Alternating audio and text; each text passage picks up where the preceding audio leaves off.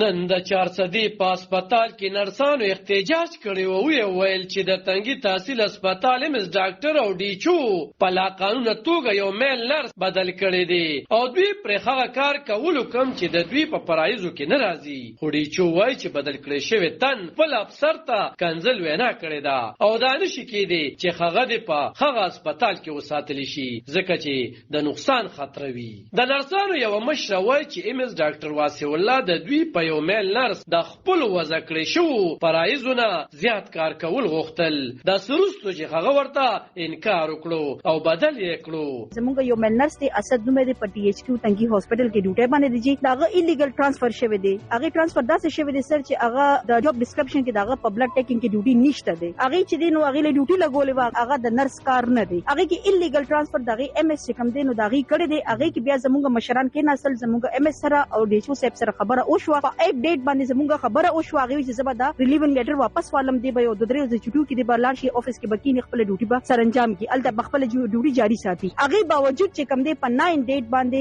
د خلاف دوباره هغه خبر نه رستو شو او دوی داغه ریلیونګ لیټر او کو 16 ډیټ او 17 ګریډ چې کم افیس ته داغه ډیچو سره ام اس سره هیڅ اختیار نشته چې داغه ټرانسفر وکړي خو د 400 ډیسټریکټ هیلث افسر ډاکټر فرخات خان وایي چې بدل شوی تن ام اس تاسپکه وینا کړی دا نو ځکه یې بدل کړو نو موږ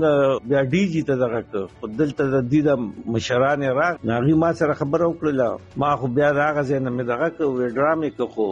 ام اس سره ما په خپل خبره دوباره او تیر د ازدر لګم او ته خیر دې مطلب دا چې بیا ونه کوي او ام اس وی چې زما ډیر زیاته بیزتی د خلکو په مخ کې کړی دا واپس په ډیوټي نه اخلم نو ما جمال آباد ته ټرانسفر کړ یو سړی د ډپارټمنټ مشر ناشتي داغه خبره نه مني یو کس یو نه مني او ټیک خبره وي هغه نه مني نور سټاپ او بیا داغه باوجود مس بیهیویر کې نور خلک هم نه مني نقصان مطلب پیشنټ ته نه کمیونټي ته نقصان دی کنه د نرسانو یا ډاکټرانو احتجاجونو لوجه مریضانو تلوي ستونزې راپیهیږي او باید چې انتظامیه د دوی ترمنځ روان شخړې په وخت او د هسپتال دننه خلک کړي چې امبولانس ته ترې ستونزه نه جوړیږي طالب خان شیرپو دلبر نیوز 400